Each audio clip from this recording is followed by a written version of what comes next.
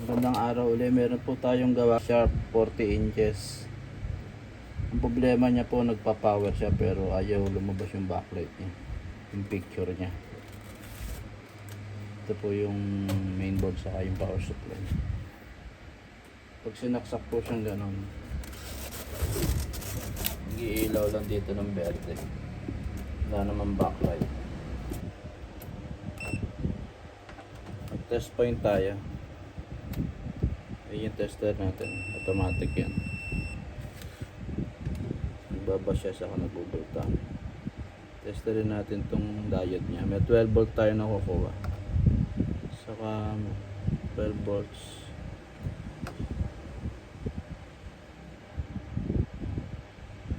Na yun.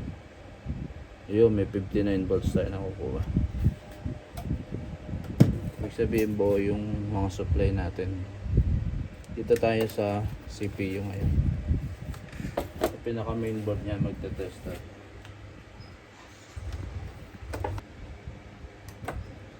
Paksak ulit natin. Dito tayo mag-test point. Dito sa may kulay pula, 12 volts yan. Automatic na 12 yan meron. Tapos dito yung mga ano niya, enable niya pupuntang backlight. Number 1. Walang supply. Number 2 pin.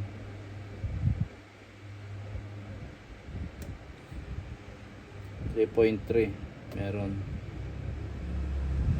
Nakakawa tayo ito 3.2 saka 3.2. Nakakawa tayo ng voltahe mula doon sa 12 volt. Nagpi-feedback naman siya palabas dito. So may supply niya ng ano, sa power supply. Ibig sabihin buo itong mainboard natin. Kasi may 3.2 siya na enable papunta ron sa feedback ng backlight. Baklasin natin itong power supply.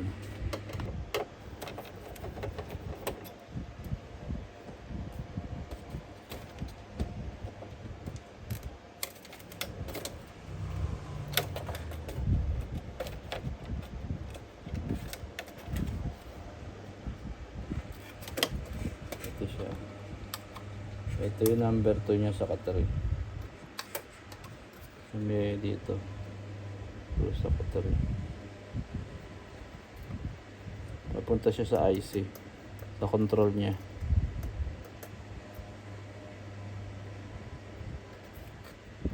Sa IC nakakontrol siya.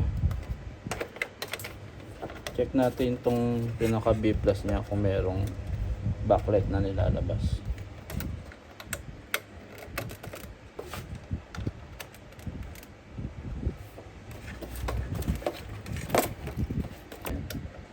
Dito sa dulo saka sa baba. Check natin kung lumalabas yung output niya. Nag-automatic na bukas na kasi ito. Ayan siya. Wala siyang nilalabas na supply. Dapat lalabas ng 65 yan. 70. Wala siyang lumalabas. Pero naka-power na yung TV natin. Wala siyang nilalabas na supply. Ibig sabihin, sira yung pinaka-driver niyan. Tanggalin natin tong lumang board niya. Kasi yung IC kasi niya nandito eh. Yung pinaka nagsusupply dito sa output para magkaroon ng output dito. Ayaw na siya mag-switching. Meron naman tayong board na kumukha, testing natin.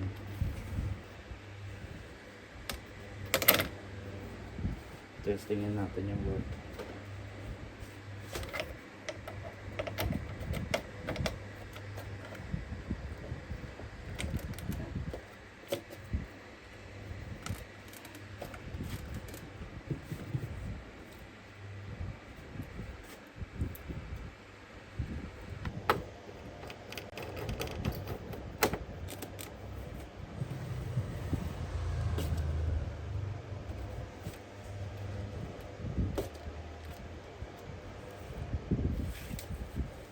Nakabit na natin yung panibagong board.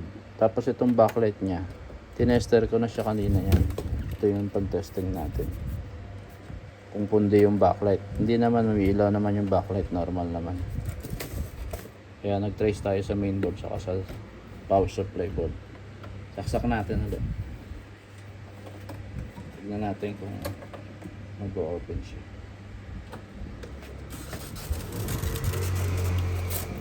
Ayan, may verde na siya. Tignan natin kung magdi-display. Yan na, display na siya. Nag-sharp na siya. Yan o. Doon talaga problema sa power supply. Yung pinaka-driver niya na IC, ayaw siya mag-switching para bumukas yung output niya. Yan o. Ilaw na siya. Kasi normal naman yung voltahe dito sa 3.3 volt. Testingin natin.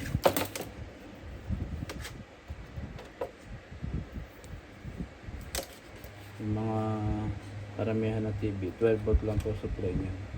Tapos yung backlight niya, yun po yung tumataas. Ito lang po. Ayan, 12 volts lang siya. Tapos yung signal ng backlight dito, doon siya tumataas.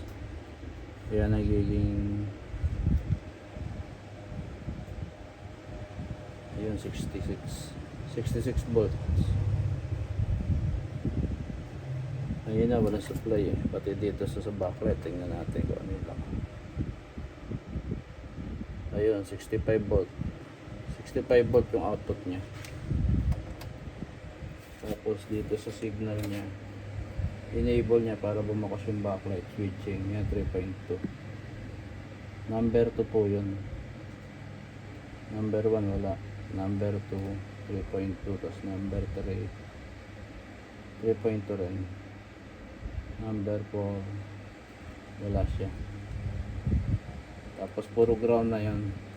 Tapos yung positive niya, itong pula. Tatlong pula na yan. Yan ang mga positive niya. Yung mga positive niya, ito.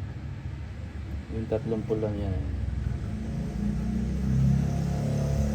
Yung 12 volts.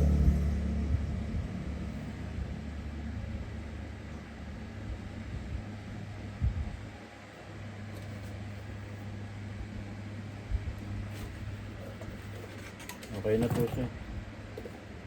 Nakuha natin sa power supply yung pinaka backlight niya. Nalagyan na lang natin ng signal yan para matesting natin sa video.